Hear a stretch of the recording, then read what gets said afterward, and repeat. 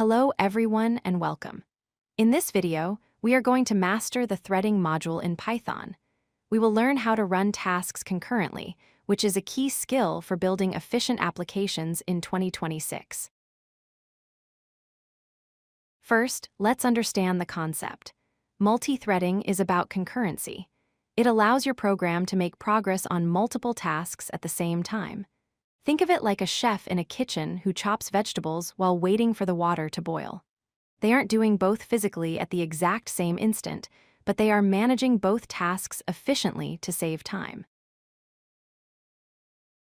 To do this in Python, we use the built-in threading module. It is part of the standard library, so you do not need to install anything extra. This module gives us a high-level interface to create and manage threads easily.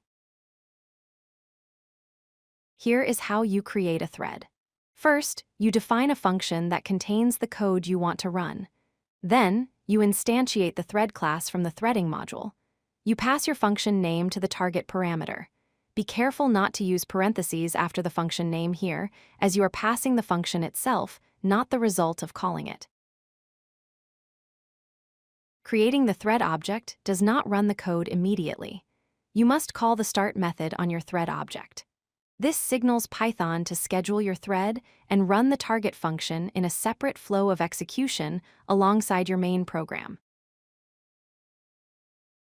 Sometimes, your main program needs to wait for a thread to finish before continuing, perhaps to use the results of that thread. We do this using the join method. Calling join blocks the main thread at that line until the worker thread has completed its task.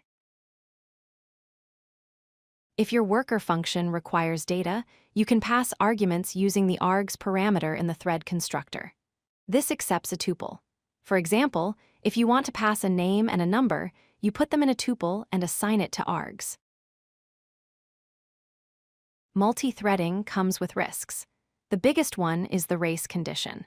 This happens when multiple threads try to read or write to the same shared variable at the same time.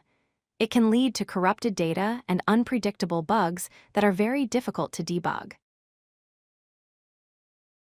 To fix race conditions, we use a lock. A lock ensures mutual exclusion, meaning only one thread can access a specific block of code at a time. In Python, the best way to use a lock is with the with statement, which handles acquiring and releasing the lock automatically. Finally, you must know about the Global Interpreter Lock, or GIL. In standard Python, this lock prevents multiple native threads from executing Python bytecodes at once. This means threading is excellent for I/O-bound tasks like downloading files or network requests, but it will not speed up CPU-heavy tasks like complex mathematics. For those, you should use multiprocessing instead. Let's recap. We import threading, create threads with a target function, start them, and join them when we need to wait. We also learn to use locks to protect shared data and to use threading primarily for I/O tasks due to the GIL. Thanks for watching, and happy coding. If you like this video, hit that like button and don't forget to subscribe.